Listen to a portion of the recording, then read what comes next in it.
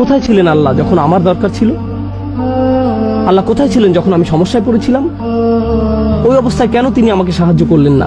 মানুষ এই ধরনের প্রশ্ন করে। আপনার মনেও কখনো কখনো এই ধরনের প্রশ্ন আসে। আমি আল্লাহর বিদ্রোহ করতে পারি, আল্লাহ আমার আত্মাকে সুযোগ দিয়েছেন আল্লাহকে ভুলে যাবার, যা খুশি তা করার, যা খুশি তা বলার, যেভাবে খুশি টাকা উপার্জন করার, যেমন খুশি রিলেশন করার, শুক্রবার রাত যেমন খুশি কাটানোর।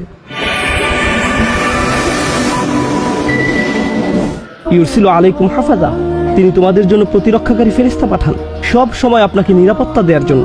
আমাদের প্রত্যেকের চারপাশে ফেরেশতাদের নিরাপত্তা বেষ্টনী থাকে, যাদেরকে আল্লাহ নিয়োজিত করেছেন। এভাবেই আল্লাহ আমাদের উপর অনুগ্রহ করেন। ফাবিআইয়ি আলাই রাব্বিকুমা তুকাযযিবান। আর এজন্যই আল্লাহ আযযা ওয়া জাল্লা পরের আয়াতে বলছেন, এটাই আজকের খুতবার আয়াত যা আমি আপনাদের সাথে শেয়ার করতে চেয়েছিলাম। ইয়াসআলুহু মান ফিস সামাওয়াতি ওয়াল আরদ কুল্লা ইয়াউমিন হুয়া ফি শাআন।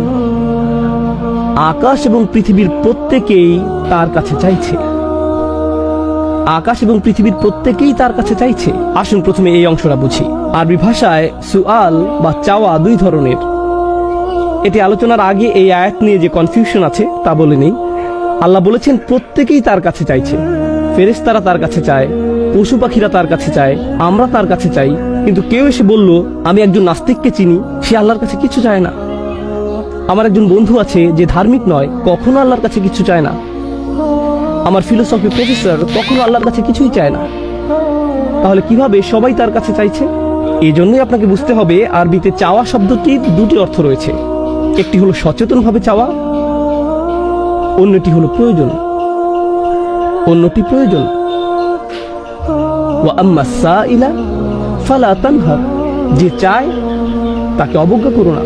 এর অর্থ এটাও, যার প্রয়োজন আছে তাকে অবজ্ঞা করো না। এমন অনেক মানুষ আছে যারা অভাবী, কিন্তু তারা চায় না, কাকুতি মিনতি করে না। আর তারা না চাইলেও তাদেরকে আপনার দিতে হবে। আয়াতের অর্থ হলো আকাশের সবকিছু এবং পৃথিবীর সবকিছুরই প্রয়োজন রয়েছে, আর তারা সেই প্রয়োজন পূরণে আল্লাহর মুখাপেক্ষী। একজন অবিশ্বাসী, একজন বিদ্রোহী মুসলিম, অথবা এরকম কেউ যে জানে যে সে খারাপ কাজ করছে যা তাদের করা উচিত না, আল্লাহ তাদেরকেও দিতেই থাকেন, দিতেই থাকেন আর দিতেই থাকেন। আপনাদের ভিতর যিনি 5 ওয়াক্ত নামাজ পড়েন, আর যিনি মোটেই নামাজ পড়েন না, আর যিনি এই বছর আজকেই প্রথম জুমার খুতবা এসেছেন, আপনাদের সবাইকে আল্লাহ দেন। আপনাদের মধ্যে এমন কেউ নেই যাকে আল্লাহ দেন না। আমাদের সবার ফুসফুসি আল্লাহ বাতাস দিয়ে পরিপূর্ণ করে দেন। আমাদের সবার হৃৎপিণ্ডই আল্লাহ সচল রেখেছেন। আমার হৃৎপিণ্ড যেটি বিট দিচ্ছে, পরবর্তী বিট দেওয়ার আগে এটি আল্লাহর কাছে দোয়া করে, ইয়া আল্লাহ, আমি কি আরেকটি বিট দিতে পারি? তিনি এটাকে অনুমতি দিচ্ছেন। এই হৃৎপিণ্ডের অনুমতি প্রয়োজন। আমার শরীরের প্রতিটি ধমনীর অনুমতি প্রয়োজন। এর প্রয়োজন আল্লাহর অনুমতি। আর আল্লাহর অনুমতি ছাড়া মা তাসকুতু মিন ওয়ারাকাতিন, গাছের একটি পাতাও পড়বে না, যতক্ষণ পর্যন্ত না তিনি অনুমতি দেন। আমার শরীরের একটি কোষও নড়বে না তার অনুমতি ছাড়া। আমি আল্লাহর বিদ্রোহ করতে পারি। আল্লাহ আমার আত্মাকে সুযোগ দিয়েছেন আল্লাহকে ভুলে যাবার, যা খুশি তা করার, যা খুশি তা বলার, যেভাবে খুশি টাকা উপার্জন করার, যেমন খুশি রিলেশন করার, শুক্রবার রাত যেমন খুশি কাটানোর, শুক্রবার দিনে আলহামদুলিল্লাহ আল্লাহ যেমনটি চান আপনি তেমনটি কাটিয়েছেন। শুক্রবার রাতটি এবার শয়তানকে দিয়ে দেন। ছুটির সময়টাকে পরিপূর্ণ করেছেন, দুই দিক সমান করেছেন। কিন্তু আল্লাহ বজ্রপাত দিয়ে শাস্তি দিচ্ছেন না। আল্লাহ আপনাকে টেনে হিঁচড়ে মসজিদে নিয়ে আসছেন না। তিনি পারতেন যদি তিনি চাইতেন। তিনি আগেও অনেক জাতিকে সোজা করেছেন। তিনি আপনার এবং আমার সাথে তেমনটি করছেন না। কোন হাত যখন চুরি করে এটি প্যারালাইজড হয়ে যাচ্ছে না। কেউ যখন ব্যভিচার করছে তখন তার হার্ট অ্যাটাক হচ্ছে না। যখন কেউ হারাম খাচ্ছে সে স্টমাক ক্যান্সারে আক্রান্ত হচ্ছে না। আল্লাহ তেমনটি করছেন না। তারা খেয়েই যাচ্ছে আর তারা হাসি আনন্দ করছে। তাদের প্রত্যেকেরই প্রয়োজন রয়েছে। ইয়াসআলুহু মান ফিস সামাওয়াতি ওয়াল আরদ। তারপর তিনি আপনাকে এবং আমাকে বলছেন, কুল্লা ইয়াউমিন হুয়া ফি শান। প্রত্যেকটা মুহূর্ত, প্রত্যেকটা দিন। ইয়াউম শব্দটি এখানে মুস্তালাহ লি জামিআল আওকাত। এটা এরকম সব সময়, প্রতিটি সেকেন্ডে, প্রতিটি দিন, সব সময় তিনি এমন কিছুতে ব্যস্ত যা শুধুমাত্র তিনিই করতে পারেন। আর এটি আসলে সতর্কবাণী না, এটি আসলে সুন্দর একটি জিনিস যা দিয়ে আমি আলোচনা শেষ করতে চাই। ইয়াসআলুহু মান ফিস সামাওয়াতি ওয়াল আরদ কুল্লা ইয়াউমিন হুয়া ফি শান। ভাবুন তো, আমি একজন শিক্ষক।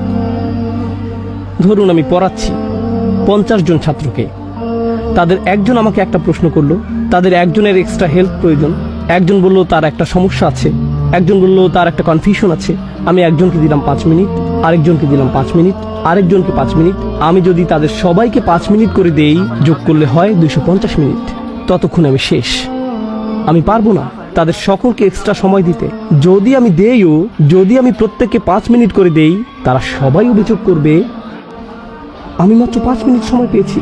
আমি তাদের সবার অনুরোধের খেয়াল রাখতে পারি না, আমি তাদের সবার প্রশ্নেরও জবাব দিতে পারি না। তাদের কোনো কোনো প্রশ্ন আমার ক্ষমতার বাইরে, তাদের কোনো কোনো অনুরোধ অথবা প্রয়োজন আমি পূরণ করতে পারি না। কেউ এসে বলতে পারে আমি আপনার কাছে 3 ঘন্টা সময় চাই। আমি বলবো সরি, আমার কাছে আপনাকে দেওয়ার মতো 3 ঘন্টা সময় নেই। যদি দিতে পারতাম ভালো হতো। যখন অনেকে আপনার কাছ থেকে দাবি করে, আপনি আসলে এটা তখন বুঝতে পারবেন যখন অনেক বেশি মানুষ আপনার কাছে চায়। জানেন মানুষের কি হয় এই অবস্থায়? মাথা জ্যাম হয়ে যায়, আমার ব্রেক প্রয়োজন, আমার ছুটি দরকার, আমি আর পারছি না। যেমন ঈদ সিজনে এই দোকানের ম্যানেজারদের অবস্থা। এমন অবস্থা হয় যে সে কারোর সাথে কথা বলতে চায় না, মানুষ ভেঙে পড়ে। যখন আপনি তাকে অনুরোধ করতে থাকেন আর চাইতেই থাকেন, ঘরের কর্তাও প্রায় ধৈর্য হারাতে পারেন, কারণ তার কাছে সব সময় চাহিদা আসতেই থাকে সব দিক থেকে। তিনি প্রেশারের মধ্যে থাকেন। আর এই ধরনের অবস্থায় কারো কথা শোনা হবে, কাউকে শোনা হবে না। যারা বেশি গুরুত্বপূর্ণ তাদের কথা শোনা হবে, যারা কম গুরুত্বপূর্ণ তাদের কথা শোনা হবে না। আল্লাহ আজ্জা ওয়া জাল্লাকে দেখুন, সকলেই তার কাছে চাইছে। বিশ্বাসীরা তার কাছে চাচ্ছে, অবিশ্বাসীরাও তার কাছে চাচ্ছে। সবচেয়ে বিদ্রোহী মুসলিমরা অমুসলিমদের কথা ভুলে যান কিছুক্ষণের জন্য। সবচেয়ে বিদ্রোহী মুসলিম যারা প্রকাশ্যে গর্বের সাথে হারাম কাজ করে, যারা জঘন্য কথা উচ্চারণ করে, যারা একে অপরের প্রতি অন্যায় করে, তারা এগুলো সব করে প্রকাশ্যে, কিন্তু তাদের হৃৎপিণ্ড পরবর্তী বিটের জন্য অনুমতি প্রার্থনা করে আর আল্লাহ দিয়ে দেন। এমনকি তাদের জন্য আল্লাহ ফেরেশতা পাঠান যখন তারা গাড়ি চালিয়ে নাইট ক্লাবে যায়। তাদেরকেও আল্লাহ আজ্জা ওয়া জাল্লা নিরাপত্তা দেন এবং দিতে থাকেন। আল্লাহ যেভাবে দান করেন তা শুধু তার পক্ষেই সম্ভব। এটাকেই বলা হয় শান। শান হলো এমন একটি আমর ইখতাসু বিআহাদ, এটা শুধু একজনের দ্বারাই সম্ভব। আপনাদের কারো কারো নিজস্ব ব্যবসা প্রতিষ্ঠান আছে, সেখানে কিছু কাজ শুধু আপনাকেই করতে হয়। এর জন্য যদি অন্য কাউকে ভাড়া করেন, অবস্থা এলোমেলো হয়ে যায়। কর্মচারীকে ক্যাশের দায়িত্ব দিয়ে গেছেন, এরপর কোনো একটা ঝামেলা তৈরি হয়েছে। এই কাজ শুধু আপনার পক্ষেই সম্ভব, এটাকে বলা হয় শান। কিছু বিষয় আছে যা আল্লাহ করেন, অন্য কারো পক্ষে তা সম্ভব না। আর যখন আপনি বুঝতে পারেন আল্লাহ সব সময়ই আপনার জন্য এমনটি করছেন, তখন আপনি সেই তুচ্ছ প্রশ্নটির কথা ভুলে যাবেন যা শয়তান আপনার এবং আমার মনে তুলে দেয়। কোথায় ছিলেন আল্লাহ যখন আমার দরকার ছিল? আল্লাহ কোথায় ছিলেন যখন আমি সমস্যায় পড়েছিলাম? ওই অবস্থায় কেন তিনি আমাকে সাহায্য করলেন না? মানুষ এই ধরনের প্রশ্ন করে। আপনার মনেও কখনো কখনো এই ধরনের প্রশ্ন আসে, আল্লাহ কোথায় ছিলেন? আর আল্লাহ বলছেন, আমি সব সময় তোমার সাথে ছিলাম, আর আমি তোমার জিহ্বাকে সুস্থ রাখছি যখন তুমি এই কথা বলছো। বলুন তো কিভাবে আপনার শব্দনালী দিয়ে শব্দ বের হয়ে আসছে? কিভাবে আপনার মুখ দিয়ে বাতাস বেরিয়ে আসছে যখন আপনি আল্লাহর সমালোচনা করছেন? তিনি আপনাকে তার জন্য শক্তি প্রদান করছেন। এটাই হলো কুল্লা ইয়াউমিন হুয়া ফি শান। আর তারপর তিনি আবারও জিজ্ঞেস করছেন, ফাবিআইয়ি আলাই রাব্বিকুমা তুকাযিবান, আল্লাহর কোন বিস্ময়কর দান যা তোমার প্রভু তোমাদেরকে দিয়েছেন, যা তোমরা উভয় অস্বীকার করবে?